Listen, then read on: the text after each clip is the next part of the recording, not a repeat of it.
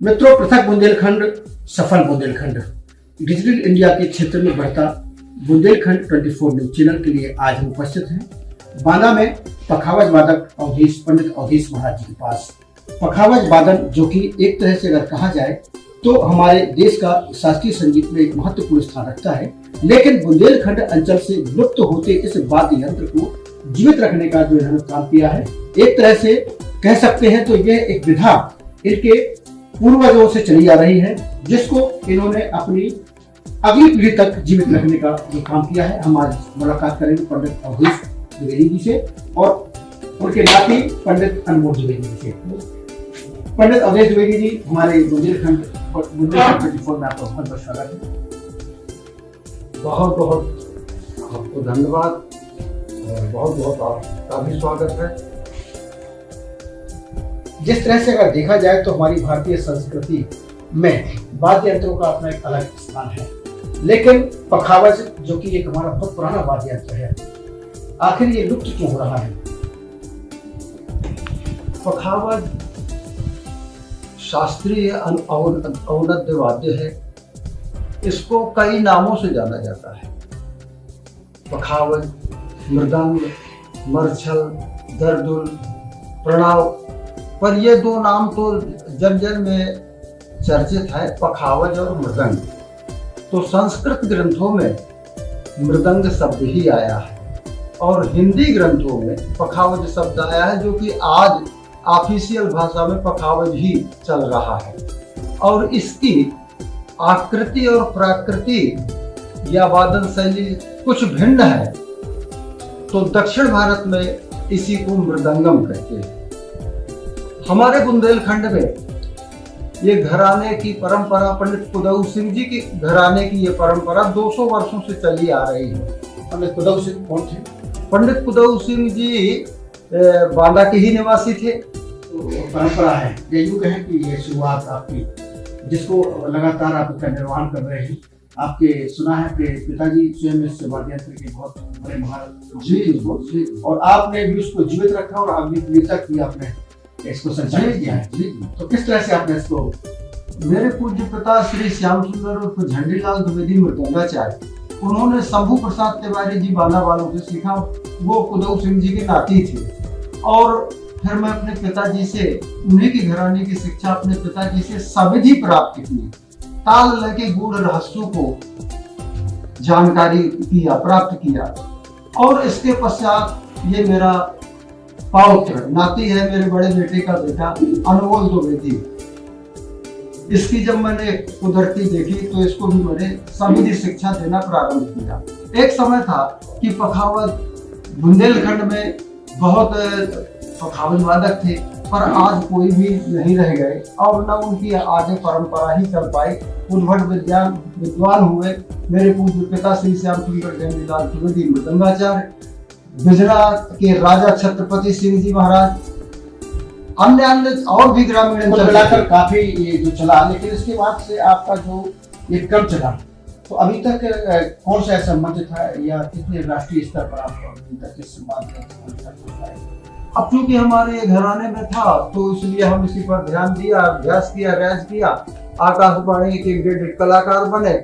और आजकल ये दुर्लभ वाद्य यंत्र बुंदेलखंड में भी अप्राप्त जैसा होता जा रहा है। इसके लिए शासन तो ध्यान दिए है, पर सामाजिक संदर्भों में भी ध्यान देने की आवश्यकता है। आजकल लोग सीख कम रहे हैं क्योंकि ध्रुपद गायकों का अभाव हो गया है और ये वाद्य यंत्र वीणा और ध्रुपद वादन गायन के साथ प्रमुख रूप से बजता है, तो उसका भी अभाव हो रहा है और सीखने को बहुत कम विद्यार्थी मिल रहे हैं। बुंदेलखंड की बात मैं निवेदन कर रहा हूँ आपसे, वैसे देश में तो सीख रहे हैं लोग। तो क्या लगता है आपको कि बुंदेलखंड अंचल में इस वाद्य यंत्र को लेकर के एक तरह से यूं कहे कि ये लुप्त होता सा वाद्य यंत्र है? लुप्त हो रहा है, और इसमें शासन और समाज और अभिभावकों को, इन सबको आगे आना पड़ेगा, गुरुओं को भी आगे आना पड़ेगा, तभी ये बुंदेलखंड में चीज रह पाएगी। अन्यथा इसके आगे तो फिर समाज और परमात्मा मालिक है। एक तरह से कह सकते हैं कि ये वाद्य यंत्र हमारे सरकारी मंचों तक ही सीमित रह गए, इसलिए भी शायद इसका इतना ज़्यादा प्रचार प्रसार नहीं हो पाया। आपके हिसाब से क्या होना चाहिए? जैसे संगीत की शिक्षा दी जाती है स्कूलों में, तो वहाँ पर भी क्या शासन के तौर पर ऐसे एक तरीके से अनिवार्य शिक्षा के रूप में अगर इसको प्रदान करना तो ये जीवित हो सकती है, या किस तरह के प्रयास शासन को करना चाहिए? अब ऐसा है आदरणीय मान्यवर जी कि शासन ने ध्यान दिया, हमारे बुंदेलखंड में टीकमगढ़ में ध्रुपद केंद्र खुलवाया, पर आज तक बुंदेलखंड का कोई भी विद्यार्थी वहां से ध्रुपद गायक के रूप में नहीं निकल पाया। असगरी बाई जो थी वो पद्मश्री थी ध्रुपद गायिका के रूप में, तो उनके प्रयास से वहां पर वो ध्रुपद केंद्र खुला था, पर वो कारगर हो नहीं पाया। और जब तक ध्रुपद गायक नहीं होंगे तब तक पखावज की उपयोगिता उतनी ज्यादा नहीं मानी जाएगी। हमारे बीच आपके एक नाती अनमोल, जिनको काफी मंचों पर देखा गया और इनके इस बात कला को अब काफी बचपन, कब से आप सीख रहे हैं इसको? एक्चुअली में मैं बचपन से ही सीख रहा हूँ, लेकिन अगर एग्जैक्ट बताऊँ तो 7 इयर्स का जब मैं था तब से बाबा जी ने मुझे पंडित कुदव सिंह हरानी की सविधि पखावज की शिक्षा देना प्रारंभ कर दिया था। कैसा लगता है बजाने में? आनंद आता है? हाँ, बहुत ही आनंद आता है। ये दुर्लभ वाद्य है और इसे सीखने में अपनी अपनी बहुत बड़ी चुनौती है कि आज इस टाइम पे, हाँ, और इस टाइम पे इसको सीख कर फिर बजाने में, फिर जब हम स्टेज में परफॉर्मेंस देते हैं, इसकी प्राचीन परंपरा को सीखते हैं, सभी सीखते हैं, बहुत ही अच्छा लगता है। जब मंच पर जाते हैं लोगों का कैसा रिस्पॉन्स बनता है, खासतौर से जब आप इस बात में शुरू हो जाते हैं?